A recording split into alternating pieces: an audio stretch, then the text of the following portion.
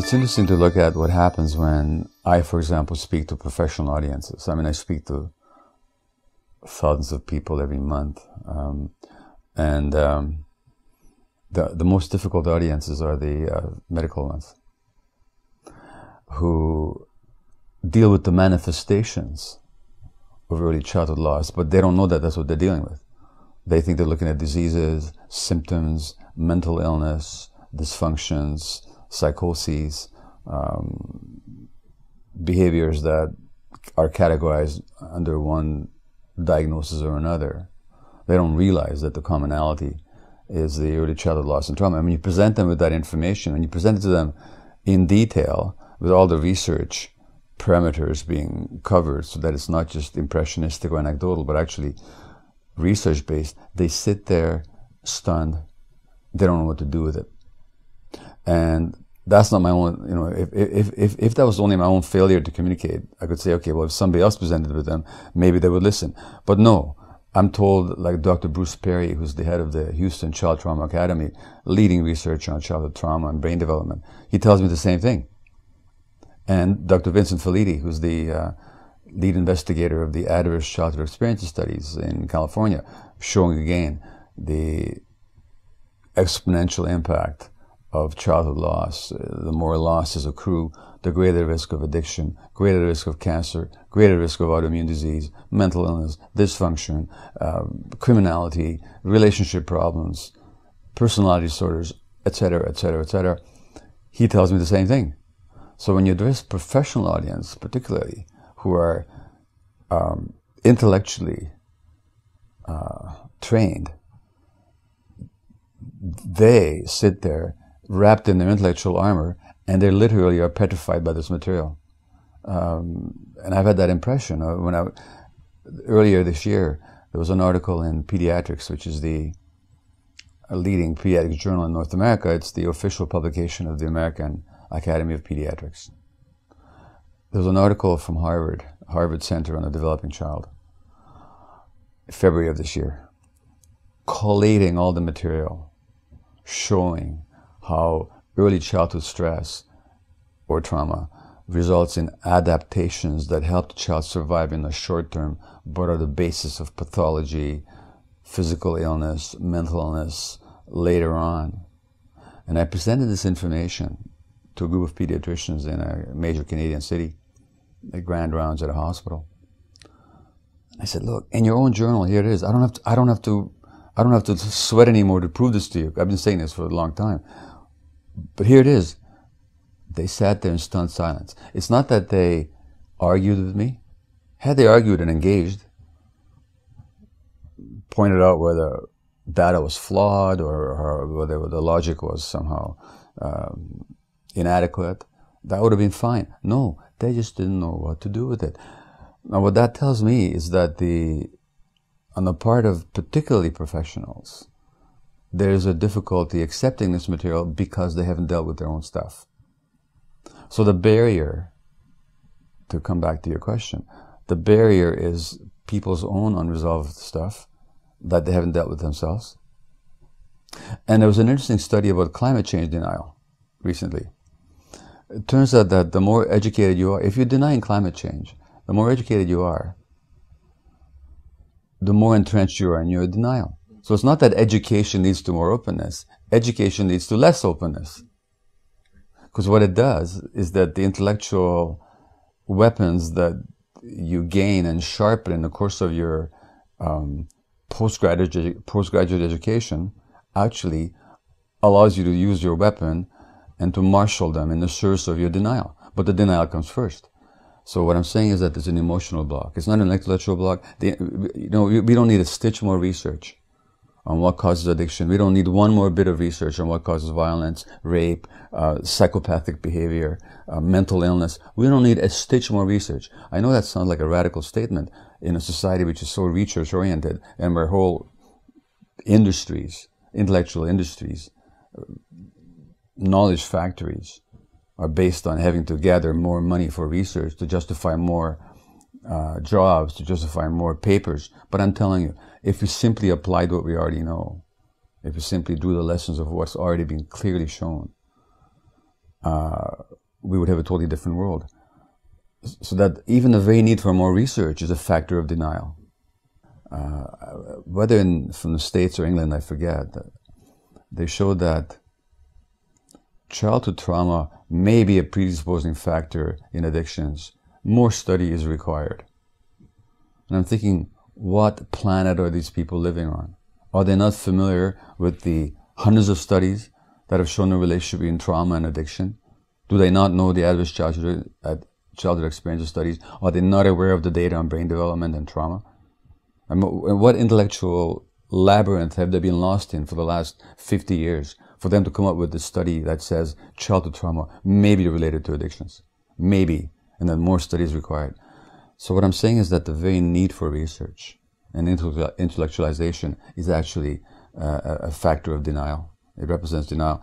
And that denial really is really about people's own emotional pain. So the block is that this stuff is painful. And therefore we dare not look at it in ourselves. And therefore we don't open to its existence in others. And then we have to look for all kinds of other reasons. If you deny pain owing to early experience and early loss and early trauma, then the world becomes very complicated and justify all kinds of complicated explanations. Yet if we see that a child has certain needs, and if you meet those needs, that child will be just fine. And if you don't, he'll have to adapt somehow. And those adaptations are the basis of dysfunction later on.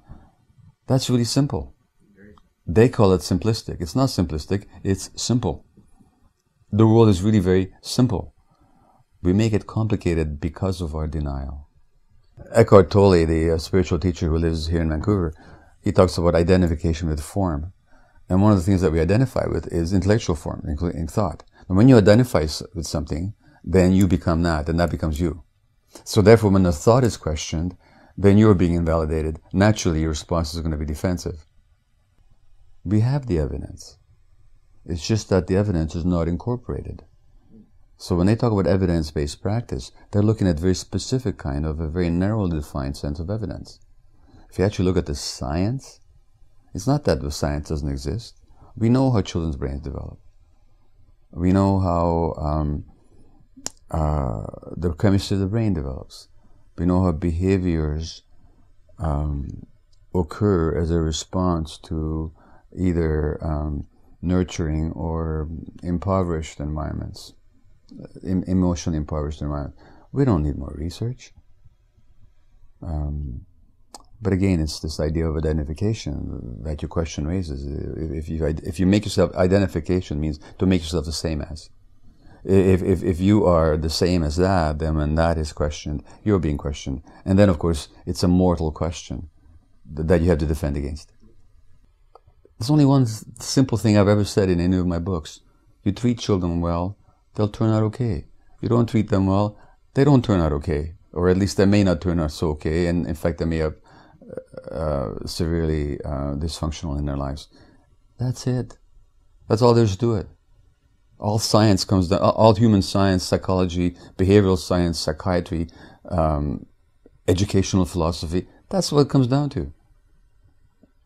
Now, if you want to go to the library, it would take 1 million oxen to carry all the books that have been written on the subject. So yeah, all my books basically touch on the same theme, and they all arise with the same dynamic. Well, you know what it reminds me of always is the intellectual world is Jonathan Swift's satire of them in Gulliver's Travels, where these floating islands far away from the earth, where these intellectuals theorize and they debate abstruse ideas, but completely without any relationship to the earth, totally ungrounded, in other words. That's what we foster in our society, and of course, it's not just a factor of emotional denial, of course. It also serves a social need. Because if you're going to construct or live in a society or invested in a society that fundamentally objectifies people, and people become either producers or commodity consumers, then you have to actually ignore their fundamental emotional and spiritual needs. Because if people had fundamental emotional and spiritual needs, you would not treat them the way this society treats people. You know, you would not make them work for low wages at a Walmart. You would not sell them products they don't need, let alone don't need, actually makes them sick. I mean, we live in a society that's pathological. Eric Fromm talked about the pathology of normalcy in his society.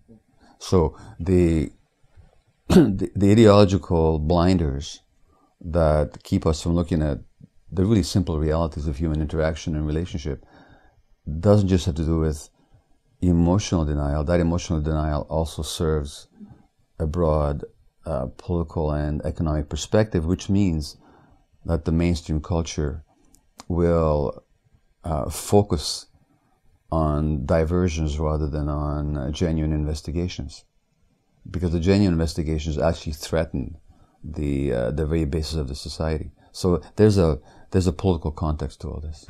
My son and I were watching a football game last night, and they're the analysts go into great detail about the rationale behind each play and how the defense lines up, and, you know, really deep analysis of utterly meaningless activities. They're playing a game. And my son was saying that that analysis itself is a substitute for real meaning, because people do have a need to understand things. People do have a need to see the larger picture. So then we restrict that need of theirs to totally a meaningless activity. In a sense, that's meeting a genuine human need for engagement and for comprehension and for in-depth understanding. So that's so it's a genuine human need that's being met there, but utterly diverted into something that's not going to make a difference. What is that fanatical loyalty to a team? An identification with everybody else who also supports that team, and all the importance that we place on that's people's deep need to belong. Now, it's illusory, but in a society that doesn't provide a real true sense of belonging, people go for the simulacrum of it. So that's why, you know, that loyalty and that the importance and belonging and supporting a team. And I mean, it's all about, you know, there was an article in New York Times this weekend about a woman, I think it was in Nebraska, whose family had been involved in Nebraska sports for generations, and football is big at that university. And then she's raped by a football player, and the utter denial of it, and the disillusionment for the family. So the father never wants to her father never wants to set foot again on the Nebraska campus. The betrayal. So much of his existence had been identified with him being a Nebraska graduate and a supporter of their football program. You know, now that's totally illusory. But there's a deep need to belong, a deep need to be loyal, and a sense of betrayal when that loyalty is somehow insulted. If you didn't get the love that you needed, you'll be consumed by being liked, and then you'll be very likable and very nice. And you might become a helpful, very helping individual. Which is a coping pattern. Now, you can be genuinely nice and genuinely supportive of others and still look after your own needs. That's human nature, I think. But a lot of people are very nice and likable and helpful by suppressing their own needs. That's a coping mechanism. Everybody says how nice they are. And when they die at age 50 of cancer, everybody shows up at their funeral and they weep about how nice they were, how selfless they were. You know, I saw the biography, the Martin Scorsese biography of George Harrison the other night. And Harrison was one of these people. Ringo Starr was visiting Harrison a couple of weeks before Harrison's death in Switzerland of brain tumor from lung cancer that had spread to his brain. Starr's own daughter had a brain tumor and was in Boston for an operation, and Starr was having to leave Switzerland visiting his dying friend and go to be with his daughter. And Harrison, who can barely get out of bed at this point, says, "Shall I come with you?"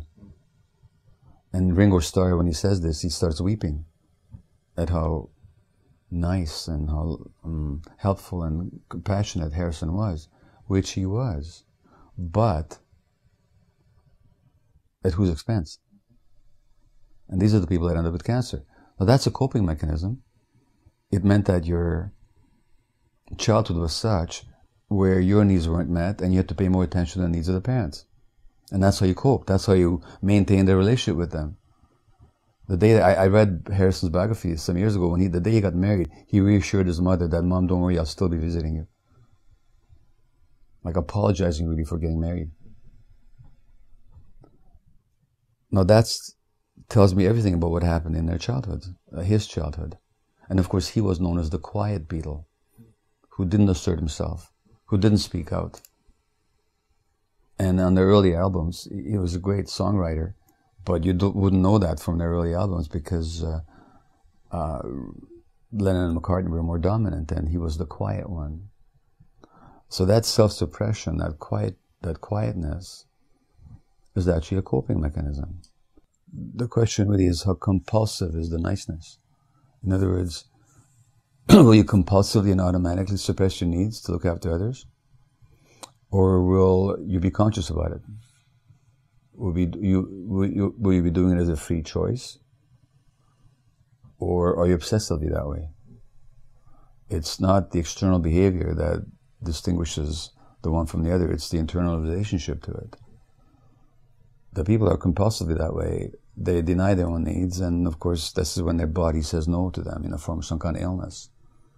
So, whereas, I think that compassion is just true human nature. Again, one of the myths of our society is that people are competitive, aggressive, individualistic, dog eat dog. This is the law, the survival of the fittest, the complete misunderstanding of Darwinian evolutionary theory. In fact, the bending of evolutionary theory to basically justify capitalist murderous competition. That's not what people are. I think people are we're wired for compassion. Even rats are wired for compassion. You do studies on rats. A rat which is shocked with electricity will have an elevation of their stress hormones. But a rat that watches another rat being shocked has a higher stress hormone response than when they're stressed themselves. And other rat experiments have shown the same thing. Even rats are wired for altruism, not because there's an altruistic thought there, but simply because we're mammalian creatures who depend upon interaction and mutual support. The child basically has two needs. We have the need for attachment, which is the seeking of closeness and proximity with another human being, and fundamentally, the attachment dynamic is the most powerful dynamic in human life. And its basic purpose is the protection and nurturing of the young, so that infants attach to their parents and parents attach to infants for the purpose of, on the one hand, of being taken care of, and on the other, of taking care of. So that's attachment, and we're wired for attachment all our lives. It's the most important dynamic we have, and as Gentleman Petraeus could tell you, that we're wired for attachment, and sometimes when our attachment needs get sent in certain directions, it'll trump everything else. That's one need that we have, is for attachment. Without attachment, there's no human life. It's just impossible. And without mating, without communities, we would not have survived as a species either. As rugged individualists, we would not have got off the first evolutionary base, let alone, come to where we are right now. So it's, the whole idea of human beings as competitive and aggressive is total nonsense. But the other need that we have is for authenticity, to be ourselves. And that again has to do with survival. If you're not in touch with yourself out in the wild, you don't survive. So authenticity is being in touch with yourself and being able to act on your awareness of self in relationship to the environment. I mean, that's just authenticity. So if I feel something, I pay attention to that. If I don't, I'm in danger. So we have this need for authenticity. But if a child is confronted with a dilemma, that if I'm authentic, express my feelings, then my attachments are threatened because my parents can't handle it, because they're too stressed, depressed, or traumatized themselves, then perforce the child will not automatically, I should say, will automatically but not consciously suppress their authenticity. And so that the suppression of gut feelings and authenticity is a coping mechanism. That means I'm no longer in touch with my needs. I no longer pay attention to my feelings, my emotions. I will no longer be aware of them. I won't express them. I won't know what I need, which is all kinds of implications. But one of them is that I'll be compulsively then, I may then compulsively serve the needs of others, ignoring my own, hence disease. Or I may then develop all kinds of false needs, which then really are what addictions are all about. Now, so that it's that irresolvable tension between authenticity and attachment that many children in our society are faced with, that results in their self-suppression. And one of the outcomes, not the only possible outcome, but one possible outcome is then that niceness is a coping mechanism. Almost anybody, when they're being inauthentic, has a sense of them being inauthentic. How do we know that we're being inauthentic? Like years before I had any of these concepts formally worked out in my mind or had read much about it, but I already knew when I was betraying myself and being less than myself and being other than myself. How did I know that? There's some inner knowledge for many of us, simply because the authentic self, not that it disappears, and then when we're not in touch with it, there's a kind of a shame, there's a kind of a suffering that happens. So that shame and that internal suffering, that sense of self-betrayal is our sure guide that we're not being ourselves. On one level, that happens to a lot of people. And then we may look good in the eyes of others, and yet internally we suffer shame because we know that we're not being ourselves. When we say, how do we know? Well, that for many of us is an internal knowledge that arises. Now, why? Because that essential self hasn't gone away and is calling to us. And we don't feel right when we betray it or when we're not out of contact with it. Now, that doesn't happen for many people. That doesn't happen for everybody. For some people, then, it takes some catastrophe. And I've had people with serious illnesses, cancer even terminal cancer. I mean, for 7 years I worked with terminally ill people in palliative care. I've had even people with terminally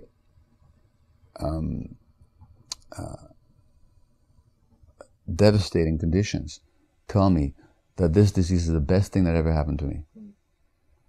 Now, I don't recommend it to anybody, nor am I saying people should feel that way about it.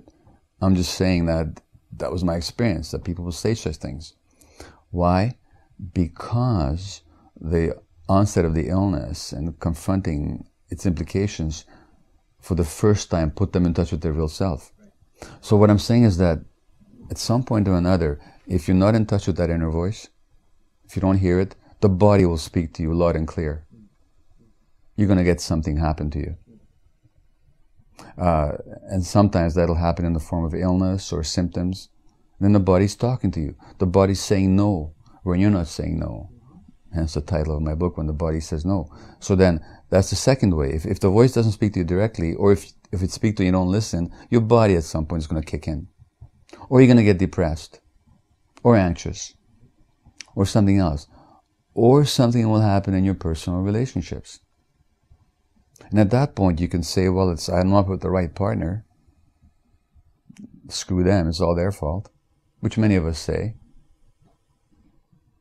Or, for some people, it becomes the opening of a door where we begin to look, okay, what in here wasn't authentic? What in here wasn't genuine? How did I create this situation? How do I keep creating these situations over and over again? Am I just a victim of bad luck?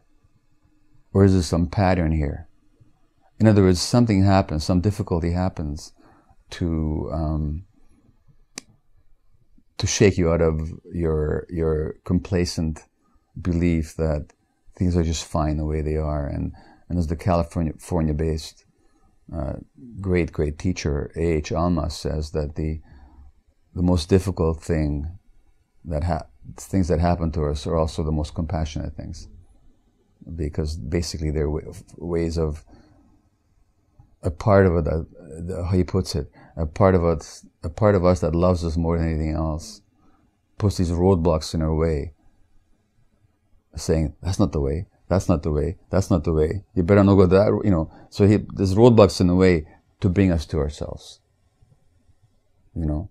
And so we can look upon our difficulties as problems to get rid of, or we can look at them as teachings to bring us back to ourselves.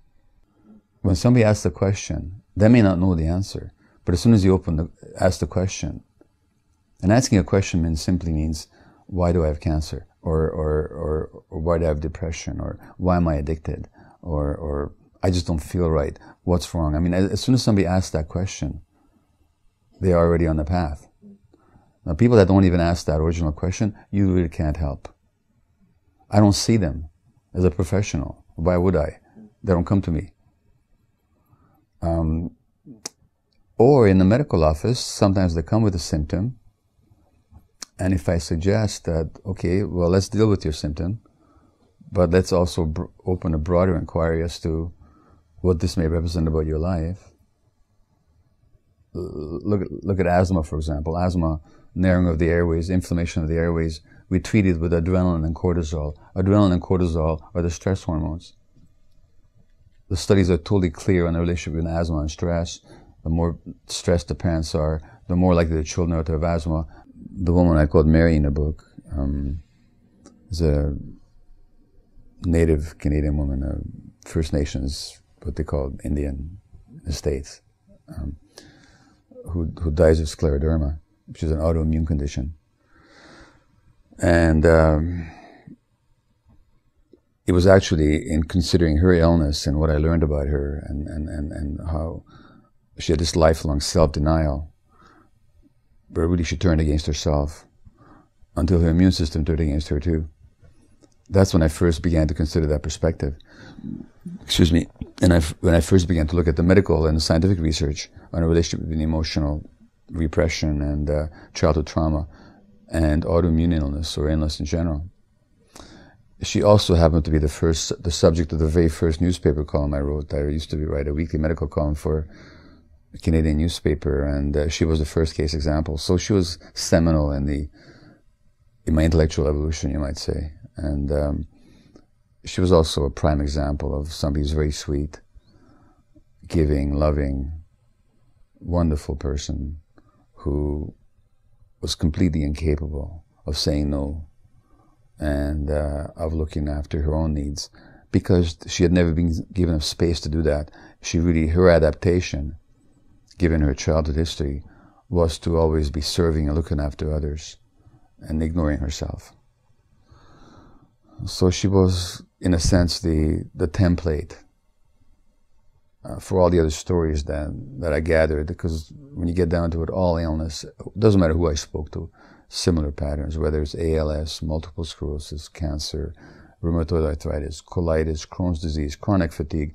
A study this week, chronic fatigue may be related to childhood trauma. Well, maybe, for God's sakes, you know, there's not a case of it that isn't, you know. But they keep coming out, they keep reinventing the wheel. Anyway, it was with Mary that I first saw that. So she was both a poignant example of it and the first example that I really considered. The Western medical model, and I don't mean the science of it, I mean the practice of it. Because the science is completely at odds with the practice. The practice of it makes two devastating separations. First of all, we separate the mind from the body. We separate the emotions from the physiology. So we don't see how the physiology of people reflects their lifelong emotional experience. So we separate the mind from the body, which is not something that traditional medicine has done. I mean, Ayurvedic or Chinese medicine or shamanic tribal cultures, medicinal practices throughout the world have always recognized that mind and body are inseparable. They intuitively knew it. Many Western practitioners have known this, have even taught it, but in practice we ignore it. And then we separate the individual from the environment. So the studies are clear, for example, that when people are emotionally isolated, they tend to get sick more quickly and they succumb more rapidly to their disease. Why? Because people's physiology is completely related to their psychological, social environment. And when people are isolated and alone, their stress levels are much higher because there's nothing there to help them modulate their stress. And physiologically, it's straightforward. You know, it takes a 5-year-old kid to understand it. However, because in practice we separate them, when somebody shows up with an inflamed joint, all we do is we give them an anti-inflammatory. Or, because the immune system is hyperactive and is attacking them, we give them a medication to suppress the immune system. Or we give them a stress hormone, like cortisol or one of its analogs, to suppress the inflammation. But we never ask, what does this manifest about your life? What does it say about your relationships? How stressful is your job? To what extent do you lack control in your life? Where are you not authentic? How are you trying to work so hard to meet your attachment needs by suppressing yourself? Because that's what you learned to do as a kid. Then we will do all this research that has to do with cell biology. So we keep looking for the cause of cancer in the cell. Now there's a wonderful quote in the New York Times. A couple of years ago they did a series on cancer, and somebody said, looking for the cause of cancer inside the individual cell is like trying to understand a traffic jam by studying the internal combustion engine. We'll never understand it, but we spend hundreds of billions of dollars a year looking at the cause of cancer inside the cell, not recognizing that the cell exists in interaction with the environment, and that the genes are modulated by the environment. They're turned on and off by the environment. So the impact of not understanding the unity of emotions and physiology, on the one hand, and on the other hand, the relationship between the individual and the environment. In other words, having a strictly biological model as opposed to what has been called a biopsychosocial model that recognizes that the biology is important, but it also reflects our psychological and social relationships, and therefore trying to understand the biology in isolation from the psychological and social environment is futile. The result is that we're treating people purely through pharmaceuticals or physical interventions, greatly to the profit of companies that manufacture pharmaceuticals and which fund the research, but it leaves us very much in the dark about A, the causes, and B, the treatment, the holistic treatment of most conditions. And so that for all our amazing interventions and technological marvels, we're still far short of doing what we could do. Were we mindful of that unity? So the consequences are devastating economically, they're devastating emotionally, they're devastating medically.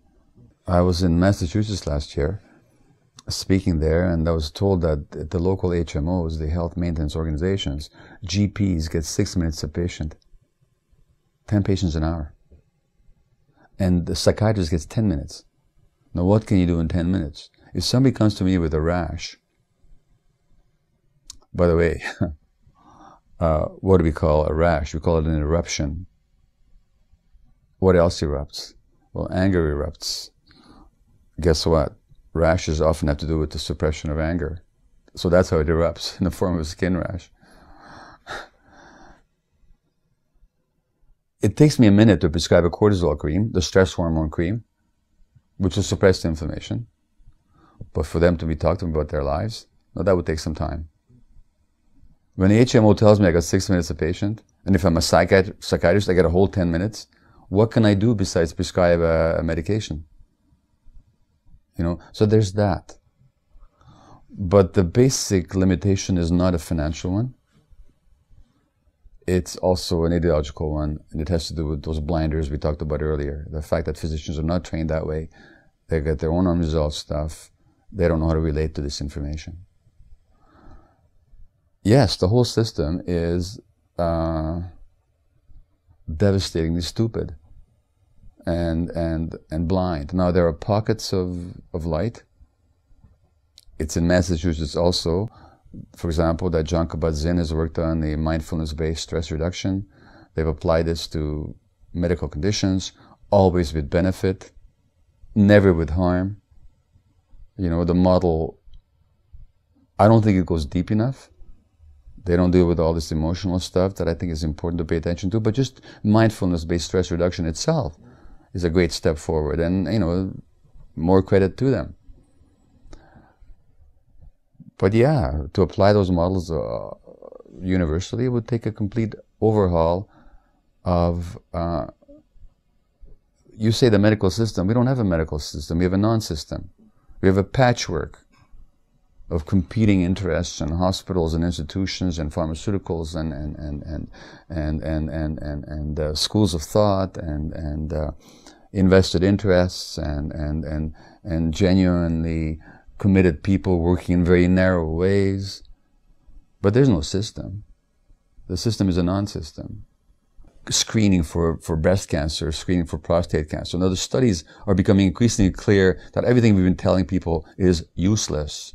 Breast self-examinations, guess what? They don't save lives. Mammograms, guess what? They don't save lives. Now this has been clear to some of us for years, because we looked at the research. But now it's being publicly admitted. Is that making a bit of a difference? No, because people have to believe that what they've been doing all these years is useful.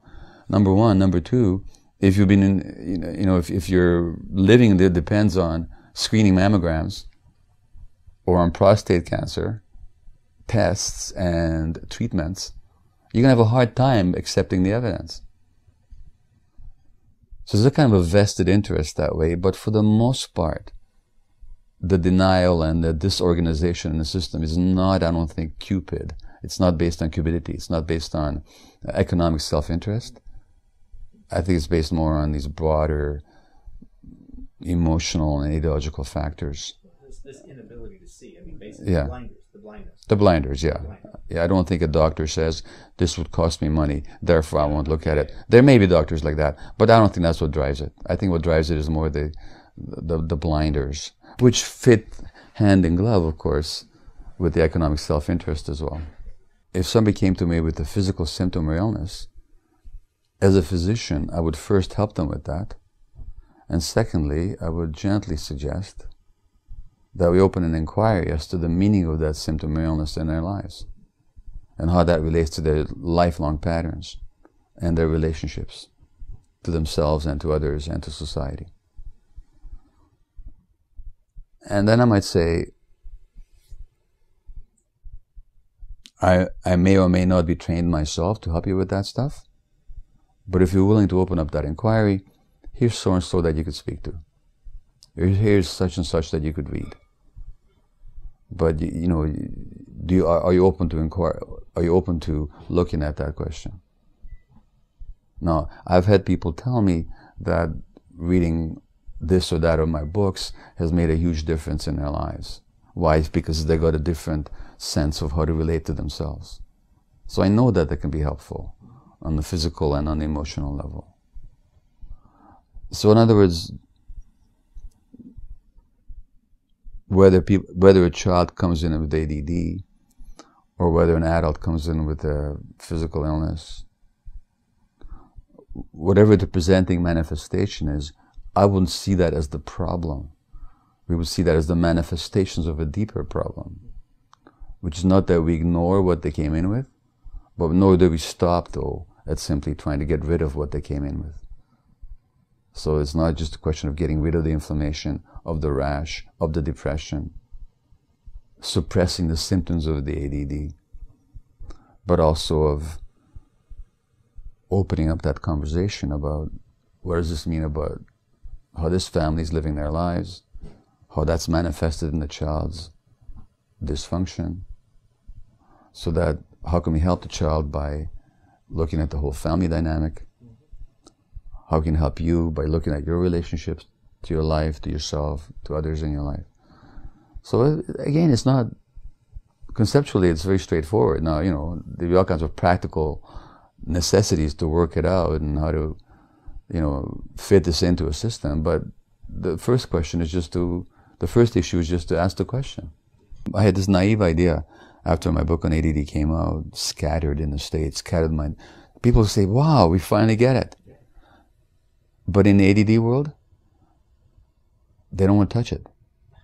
They don't want, now the book's a bestseller in Canada and it's doing very well in the States, but no thanks to the official organizations that they don't even want to hear it because they think I'm blaming the parent. They want to believe that it's a genetic disease. Because if it's a genetic disease, then we don't have to look at anything. We can just medicate. ADD is another coping mechanism. To go back to that Harvard study I mentioned earlier, and they're reported in pediatrics, children's response to early stress, adaptive responses that help them survive the stress, later become sources of pathology. Now, when I was diagnosed with ADD myself at age 54, it was really helpful to me because I understood a lot of things about myself. At least I thought I understood. At least I saw described about myself in a pattern that I hadn't ever considered in any way represented some kind of a dynamic in me. So it was very helpful to me to be diagnosed and to be self-diagnosed primarily and then have that confirmed. But from the beginning, I didn't buy into the idea that it was a genetic disease. Not for a second.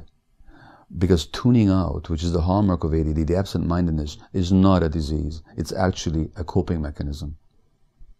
It's one of the brain's coping mechanisms. When the stress is too much, and we can't fight back, escape, or ask for help, then one of the ways the brain deals with it is to tune it out. It's a form of disassociation. It's a form of dissociation. It's or what has been called divided attention. So that's a coping mechanism, and that was clear to me.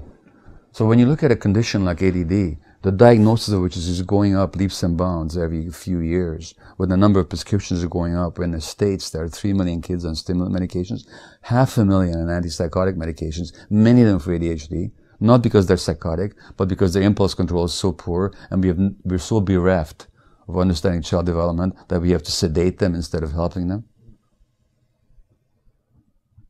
When you get these numbers going up all the time, it can't be genetic because genes don't change in a population over a few years. Nor is it just that we're recognizing it more. Really, it's that we have more and more kids who are just lacking impulse control and lacking the capacity to pay attention. Well, why? Well, if we understand that tuning out, divided attention, disassociation is a coping mechanism, then the question we have to ask is, what's stressing these kids so much that they have to respond that way? And if we ask that question, we can no longer look at DNA. Now we have to look at what's happening in those kids' lives. Well, their parents are more stressed. The village, the clan, the neighborhood, the tribe, that safe holding environment where children had many nurturing adults to relate to, uncles and aunts, is gone. The parents themselves have less support, and both parents are having to work, so parents don't even see the kids the whole day. So kids are very stressed. And of course kids, especially if they're very sensitive, they absorb their parents' stresses, like I did as a Jewish infant in the ghetto of Budapest under Nazi occupation in Hungary in 1944. How does an infant deal with that stress? Can't fight back, can't ask for help, can't run away. You tune it out. But when are you tuning it out? You're tuning out when the brain is developing. So there's this astonishing brain developmental data that's not even vaguely controversial. that has been fully established now in the last few decades, that the brain develops under the impact of the environment. When the environment is stressed, then the tuning out, which is a coping mechanism, goes from a temporary state, becomes wired into the brain as a long-term trait. So we go from state to a trait. Now we have 8 years later, or 54 years later, a person who's diagnosed with ADD. Why? Because their initial environment was so stressed, not because the parents didn't love them, it's not a question of blaming anybody, not because the parents didn't do their best, but because they themselves were so stressed that the child dealt with the stress in the environment by tuning out when their brain was developing. And furthermore, when the dopamine circuits, dopamine being the incentive, motivation, attention chemical, which we supplement with Ritalin or dexedrine later on, if we diagnose these people, those dopamine circuits don't develop well when the environment is totally stressed. So it's a perfect storm that we're creating in our society by stressing parents, by cutting asunder the ties of culture, tribe, clan, village, extended family, so neither children or parents have that supportive context. And no wonder you're going to have more kids with troubled brains. It's very simple, both psychodynamically in terms of the need to tune out, and then in terms of the brain development. And then along comes the pharmaceutical industry and says, here's what we can do. We can suppress the symptoms by increasing dopamine levels, by giving these kids these medications, which may or may not be okay in individual cases, but it does nothing for brain development. It does nothing for the child's psychological growth. Nothing. It simply is the suppressing of a symptom. Conceptually, it's obvious. Scientifically, it's the only reasonable case to be made, and yet people are invested in not seeing it. And yet I find that I get a lot of emails and a lot of people and me to parents who are just so thankful for having given that perspective, that if they work on their attachment relationship with the child, if they're attuned to their children, if they pay attention to their children in a way that the child needs, that the child's symptoms can abate and the children can undergo tremendous growth. So it's people are actually open to it. Now, some people are not. Some people are just not ready to look at themselves, so they just want the child medicated. But a lot of parents are actually, I mean, as a parent, how would most people rather see their kids as being genetically flawed and doomed to this condition to all their lives? Or would they rather understand that the child's brain condition is a response to early stress that the parents unwittingly passed on to their child, but which can be mitigated, and new development can still overcome it, or in many ways alleviate it, if we not provide the right conditions. As a parent, which message would you rather hear? That there's something you can do, or your kid is genetically doomed, here's a pill. And which would you rather hear? And naturally, many people would rather hear the message that, yeah, our stress has contributed to this, we couldn't help it, we did our best, but now that we understand it, we can actually do something differently. And I find that both teachers and parents are very open to the message when they hear it. It's only that they don't hear it from too many people. In the ADD world, of all the books out there, mine is the only one that ever goes to the model of brain development and stress. Any parent who's got a child with any problems at all already feels a tremendous sense of responsibility and self-blame. So for some people then to hear that actually, you know what, yes, it was your stresses that did play a huge role in the development of your child's problems, is devastating. So they'd rather hear that it's genetic. So the genetic theory is very comforting to a lot of people. Because they don't understand, they don't hear the part that it wasn't their fault. Because they actually did their best. And what they were acting out themselves as parents is the stuff that happened to them as kids. Nor are we blaming their parents, because what was true for them is also true for their parents. So we're talking about multi-generational, transpersonal, and culturally imposed stress and trauma. And there's no individual to blame. So there's those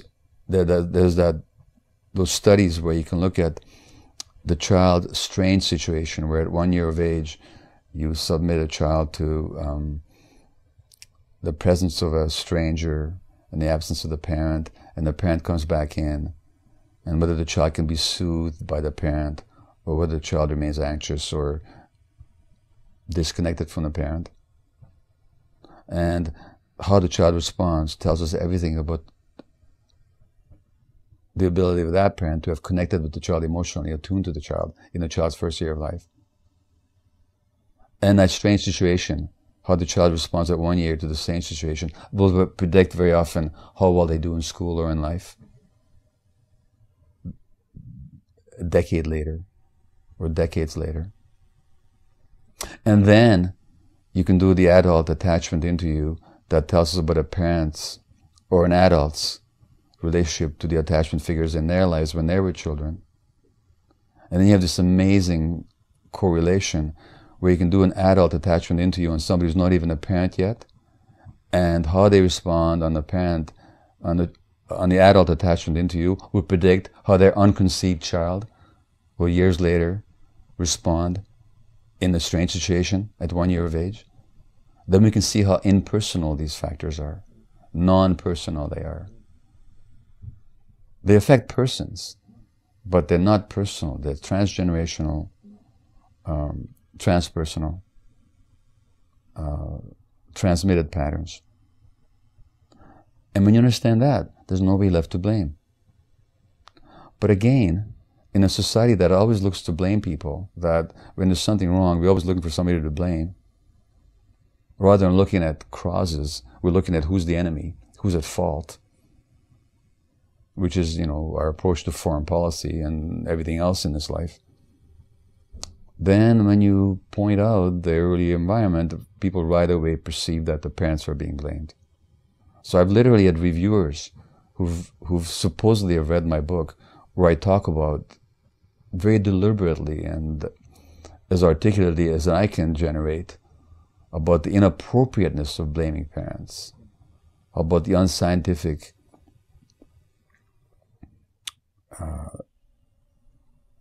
invalidity of blaming parents, and they'll flat out say, he blames parents. That's all they can perceive, because they haven't dealt with their own shame and responsibility, so they think that I'm pointing a finger at them. They're just pointing a finger at themselves. But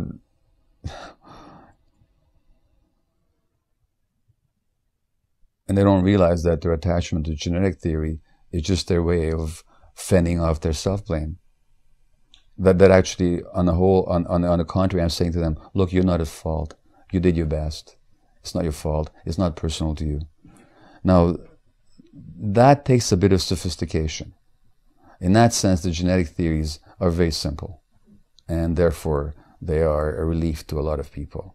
They're a relief, and they also leave us at a dead end. The Buddhist teacher Thich Nhat Hanh talks about how we inter-are. We don't only are, we also inter-are. So who we are reflects our psychological, social relationships, our cultural relationships. So that interbeing, as he calls it, does expand our identity. But in a society that restricts people to the ego, and then either lauds or blames the manifestations of ego, either rewards them with power and wealth, or shames them if they don't function well, and where we deny the interconnection of things, or as what the Buddha talked about, the interdependent co-arising of phenomena, that nothing arises on its own. I mean, it's so true in psychology, physiology, ecology, history, whatever you care to look at. But if we don't look at it, then we're left with the individual. And then the individual is left off trying to fend off blame. So again, it does take an expansion on identity, but a very liberating expansion on identity. Now, as a parent, I know how I pass my stuff on to my kids. And It's not easy to deal with that. It's not easy to deal with knowing that had I led my life differently, my children as adults would not be carrying the burdens that they're carrying. That's only a fact. And I also know that even intellectually recognizing it doesn't absolve us from the internal shame or self-blame around it.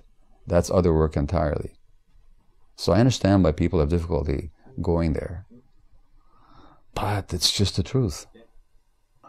Stress is a response to a threat, either to life or to the loss of something that the organism considers important. So the stress response is an essential coping mechanism, as always. It begins with an emotional event in the brain, such as fear, which then is communicated to the hypothalamus, which is the brain's master gland.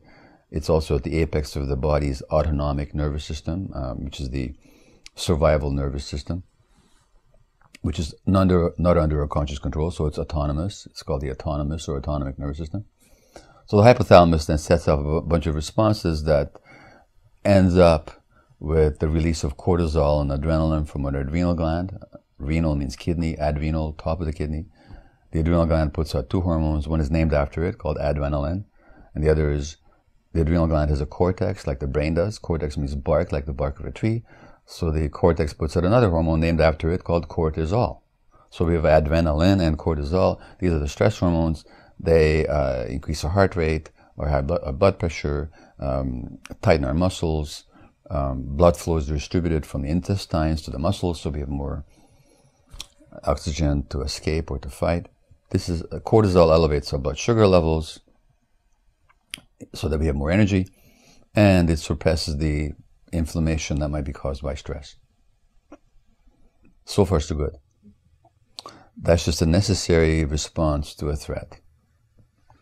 However, now, real or imagined? That was another thing. Any perception of a threat. So any perception of a threat. So whether you're coming in with a knife, or whether I imagine that you have a knife in your pocket that you're about to wield in order to hurt or kill me, I'm going to be just distressed by it.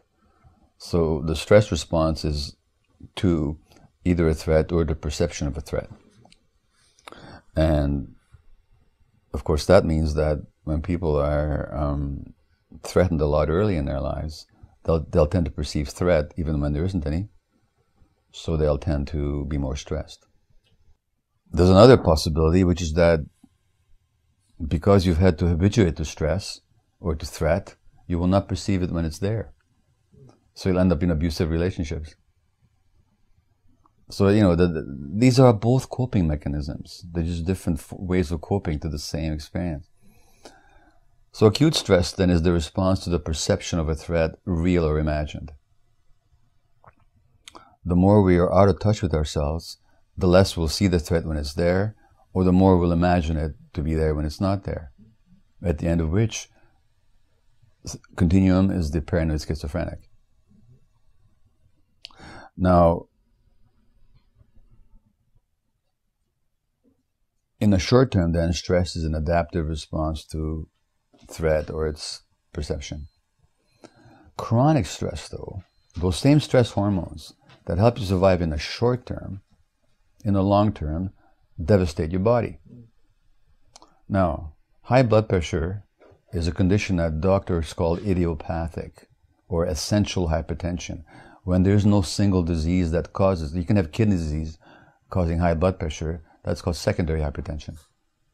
But essential hypertension, the medical term for high blood pressure, is when we don't know the cause. We don't know the cause because we're not listening to ourselves. The word says hypertension. People with hypertension have too much tension in their lives. So their adrenaline levels are too high and their blood pressure goes up. So what I'm saying is that the adaptive response in the short term over the long term can damage the body by, for example, causing high blood pressure, by causing abnormalities of the heart rhythm, by causing too much tension in your muscles, by fatiguing you, so you get, guess what? Chronic fatigue. Cortisol in the short term gives you more sugar, suppresses inflammation, but in the long term causes ulcerations of the intestines, hypertrophy of your adrenal glands, suppression of your immune system, redistribution of body fat in a way that promotes heart disease. It can cause depression, thinning of the bones, osteoporosis. So women who are more stressed will have more likelihood of osteoporosis. Not that anybody ever talks about that. We only talk about the physical factors such as smoking, vitamin D, sunshine, calcium, all important stuff, but we don't talk about stress, which is probably the major factor. And in other words, the short-term stress is an adaptive response. The long-term stress undermines health. So when people when people's stress responses are out of whack, when they've been too stressed early, so they expect threat when it isn't there, when they overreact to stress, whether minor or major, when they walk into situations when they're stressed but they're not able to recognize the stress because they're so used to it that they think it's normal, when they develop mechanisms of coping where they suppress themselves, they suppress their gut feelings so that they don't defend themselves, they don't express who they are, what their needs are, what their emotions are. All of these things undermine the body's physiology. What else do we expect it to happen? And if I gave somebody, for some long-term condition, prednisone, which is a steroid, an analog of cortisol, I'd have to tell them, look, this can cause ulcerations of your intestines, this can thin your bones, this can make you depressed, this might potentially lead to heart disease, this might suppress your immune system. I'd have to tell them that. Well, whether we get the extra steroid through a medication, and again, we're using the stress hormone to control a lot of diseases, or whether that extra steroid load is generated internally in response to ongoing stress, the physical effects are equally devastating, or potentially. So the link between chronic stress and chronic illness is absolutely straightforward. And again, you have to consider the intrapersonal aspect. Because if you're stressed, but somebody who is attuned with you and you trust and has some compassion and insight says, hey Michael, how are you feeling? Do you want to talk about it? Your stress level goes down immediately. But if you're isolated, then you're stewing on your own stress juices for months upon months upon months. No wonder the isolated people are more likely to fall ill, which means that cancer, autoimmune disease are not individual diseases. They're manifestations of your relationship to your psychological and social environment, mediated through stress that is either alleviated by social contact or is exacerbated by isolation. The work on the physiology of stress was done here in Canada by a physician who, like me, is from Hungary. His name was Hans Selye, S-E-L-Y-E, Hungarian name János Selye. He's the one that did the work in the laboratory that showed that stressed animals will have hypertrophied adrenal glands, suppressed immune systems, and ulcerations in their intestines. He's also the one that coined the word stress the way we use it today. So the word stress was coined here in Canada in the sense of his meaning today. And he pointed out that people become addicted to their own stress hormones. So these are the so-called adrenaline junkies.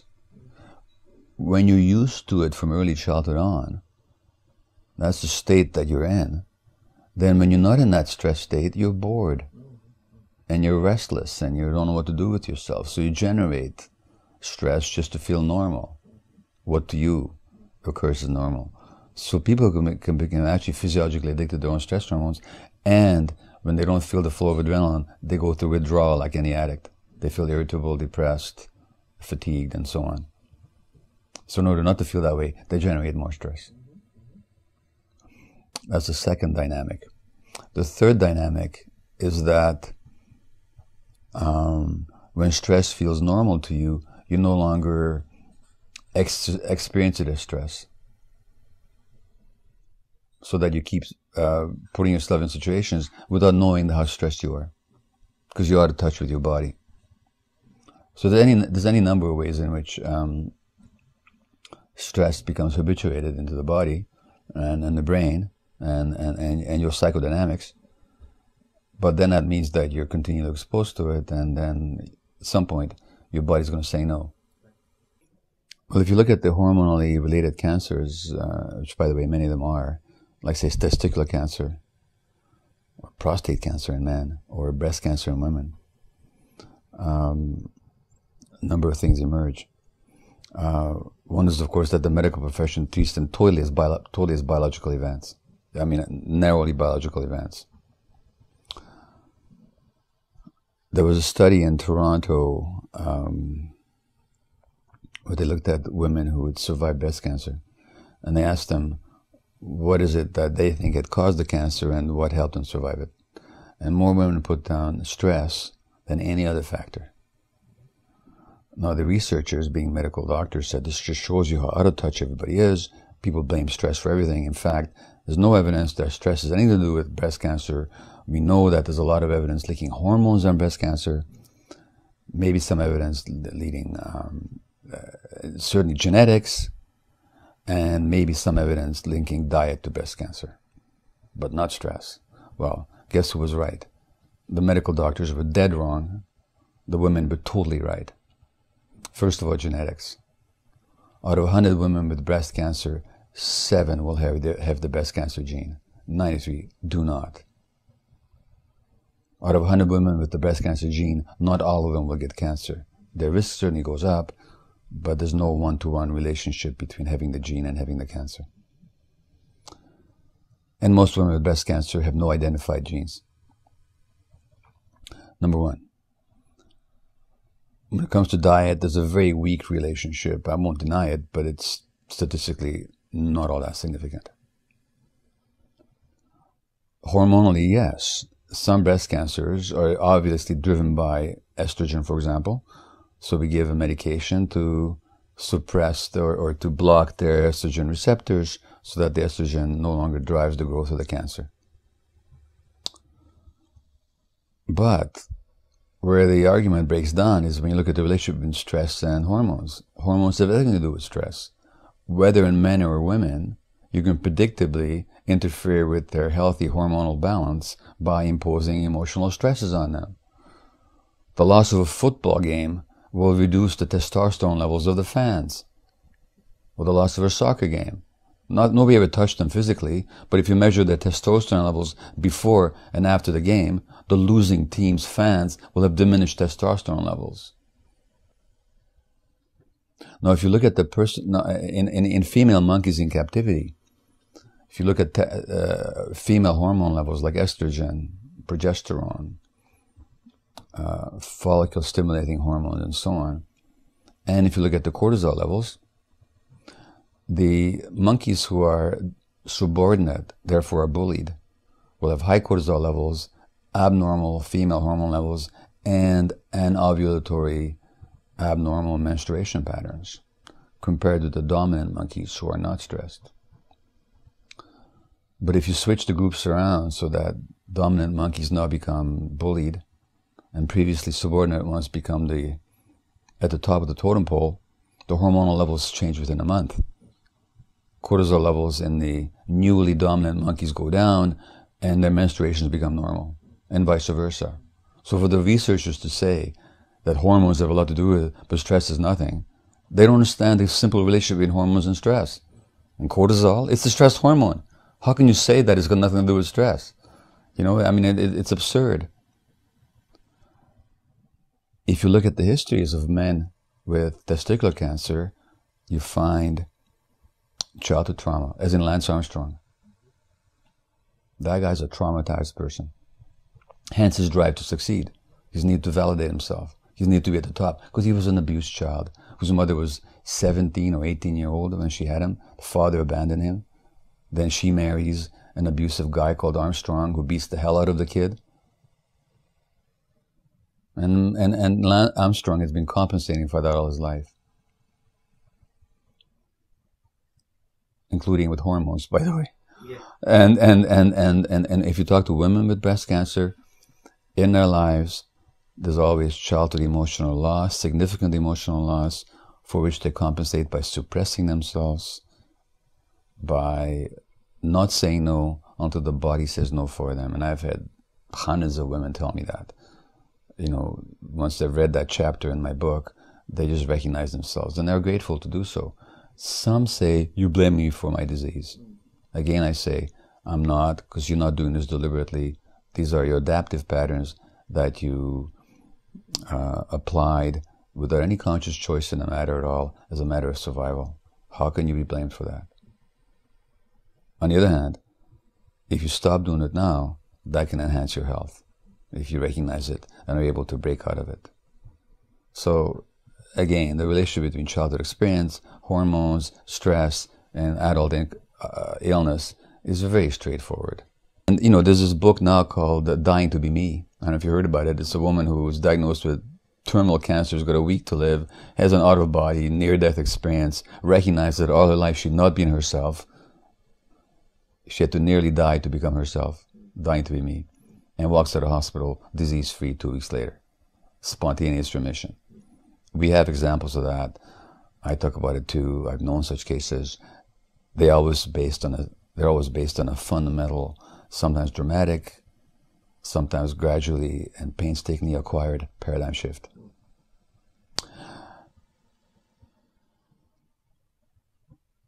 I can give the personal example of between my wife and I, if she might not be as available to me as I'd like her to be, whether emotionally or sexually. And I have this deep sense of abandonment, and I react by shutting down and not even looking at her. That's the typical response of a child abandoned by mother, not looking at the mother and feeling abandoned is how a child responds, because that not looking at her is the adaptation technique. It says, I was so badly hurt that I'm not going to make myself vulnerable again, so I will not permit myself to open again to you the same way as I ever did before. Now, when I was 11 months old, my mother gave me to a total stranger to save my life in the ghetto of Budapest, and I didn't see her. And when I did see her a few weeks later, she told me later, I treated her like a complete stranger. I wouldn't even look at her for several days. Now, 50 years later, the woman on whom I'm relying now for emotional contact, physical contact, says no. The same abandonment and the same physiological response then gets triggered.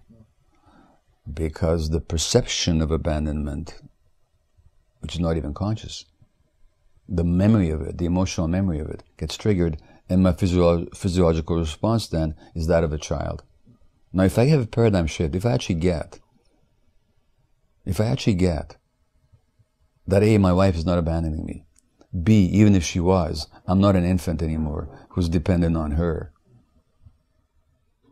and C, that perception and the emotions and physiological responses are simply a memory, then Ray can say no, and then I'll say, oh, I'm disappointed, and then go on, you know. So it becomes a completely, so in other words, my response in the present is very much just based on what I've worked out about my past and what I've been able to transform. Well, the American public has got a great propensity to fall in love with persona rather than real people. The real Reagan wasn't perceived by most people. What was perceived by was the nice, reassuring persona. That reassuring persona was in fact his response to his father's alcoholism, which the impact of which he denied on himself. And that denial was the cardinal feature of his political activity, which is why the establishment loved him, because he denies reality, and the people loved him because he reassured them. Mourning in America. Mourning hell. All kinds of factors clouds were gathering on the horizon. Mourning in America. It's denial. And Oliver, if you might recall, Oliver Sacks in The Man Who Mistook His Wife for a Hat tells a very interesting anecdote about Reagan. He's working with aphasiacs. Aphasiacs are people who can't process the intellectual content of language because they have a stroke in that part of the brain, and therefore they focus much more on their gut feelings, on their intuitive capacities. So Sachs, the neurologist and author, walks into this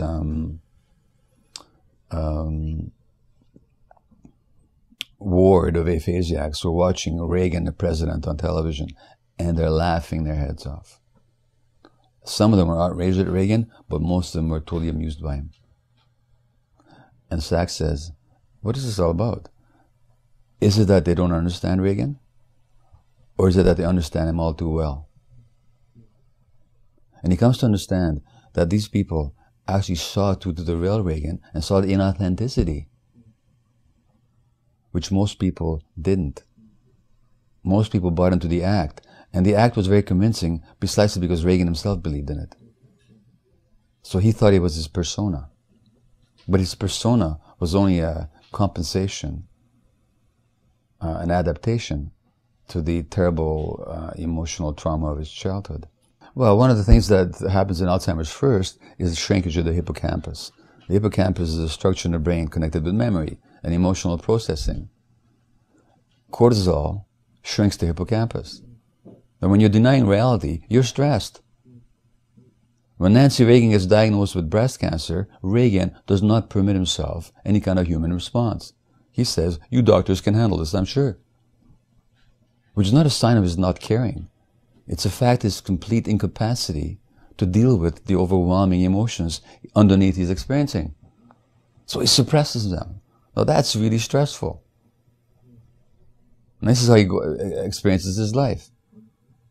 So his hippocampus shrinks. Secondly, Alzheimer's represents, in many cases, an autoimmune mechanism where the immune system actually makes antibodies against the brain, they think.